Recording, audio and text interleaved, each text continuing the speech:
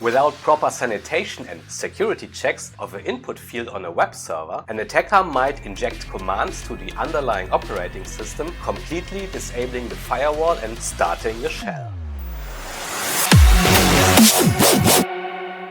Hi everybody, it's Master Rick-Cen, and today we're breaking down my cyber attack on a Moxa NPort W2150A communication server. In this demonstration, an attacker exploited a so-called OS command injection vulnerability, which allows root access to the underlying operating system. But let's start from the beginning. Let's assume they have a network connection to the target.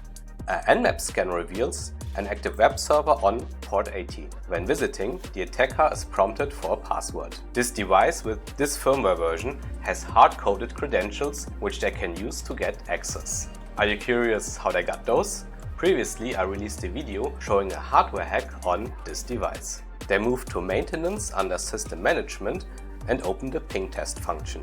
First, the attacker enters an IP address for the ping test and limits the number of echo requests to just one. Then they add a semicolon and the OS command ls, which lists the content of the directory, followed by another semicolon.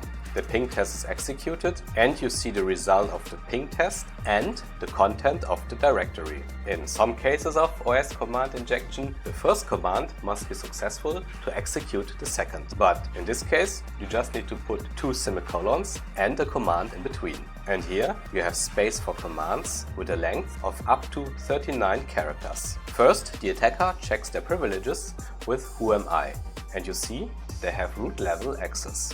Next, they use the which command to confirm if netcat is available on the target and which shell is used. In this case, it's the Bourne shell. Next, they search for IP tables, which is used to regulate and filter the network traffic.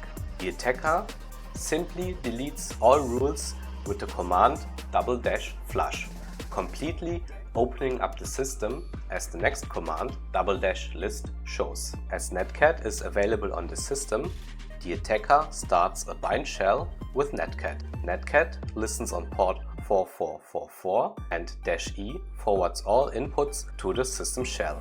In the right terminal, the attacker starts a netcat connection and connects to port 4444 on the target. And as you can see, they got full access.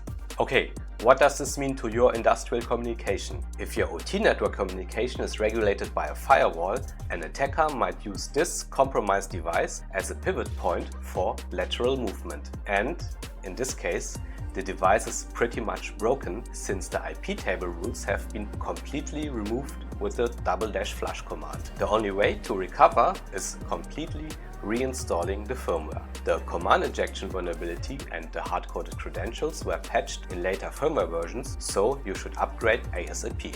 Thank you so much for watching and see you in the next video.